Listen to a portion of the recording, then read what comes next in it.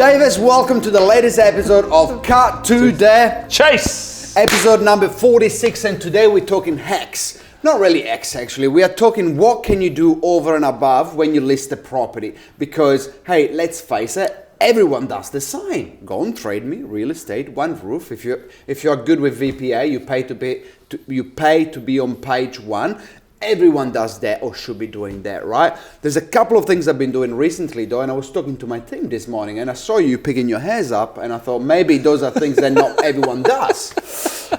Was that the case? Oh, I made the notes, Diego. It was good because it's about everyone having skin in the game. If your vendors have invested in marketing, if you make them part of the process, having skin in the game, you know you got a team that's going to sell versus people that don't have any skin in the game. But your ideas were good. What were they? There are two ideas I'm going to share with you today because if I share them all, we've got nothing to talk about next week. Idea number one. Community pages. Community pages, and I'm talking about on Facebook. Because, for example, Opsonville has got 5,000 people. Riverhead's got 10,000 people. Epsom and Mount Eden got 7,000 people. You cannot post on those community pages as an agent. They just ban agents to post about the properties. But what you can do, you can create a little template. You'll send it to the vendor as soon as you go live, and you say, hey, I cannot post on these pages, but here's the link to our property.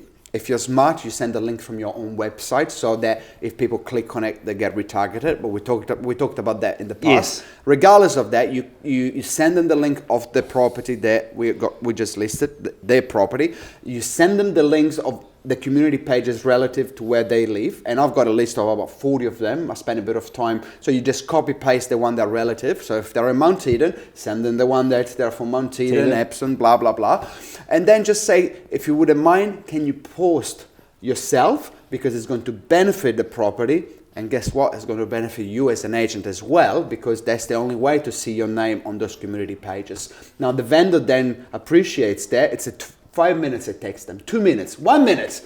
But really, then you get more exposure. Idea number one. Idea number two, very similar to that, still on social media. Ask them to add you on Facebook and on Instagram while you're at it. Ask them to like your business page. And from that, of course, you would have posted the property on your business page. Then you can tag them on their own page. Nice. And ask them to share it with the family and friends and ask it to reshare it. Half the people don't want to do that because they don't want people to know they're selling. Half the people will do that, and guess what? All of a sudden you share within the network of friends. For finding buyers and also helping with your business, it's great. It's a win-win. The vendor appreciates because it's good for their listing, for their property sale. It's good for yourself as an agent to get exposure where you otherwise would not. So those are two little hacks that if you create the templates, as soon as you go live on a property, it takes 5 minutes to send them out, if not 2 minutes. And really, and you've got to have that digital space, right? We keep saying digital dominance. That's where the eyes are. So good idea. Mine around skin in the play with the vendors as well.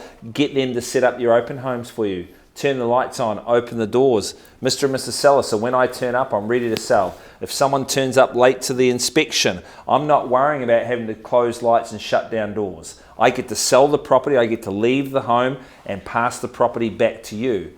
Get them involved in the process. Then after 3-4 weeks, they don't want to do it anymore.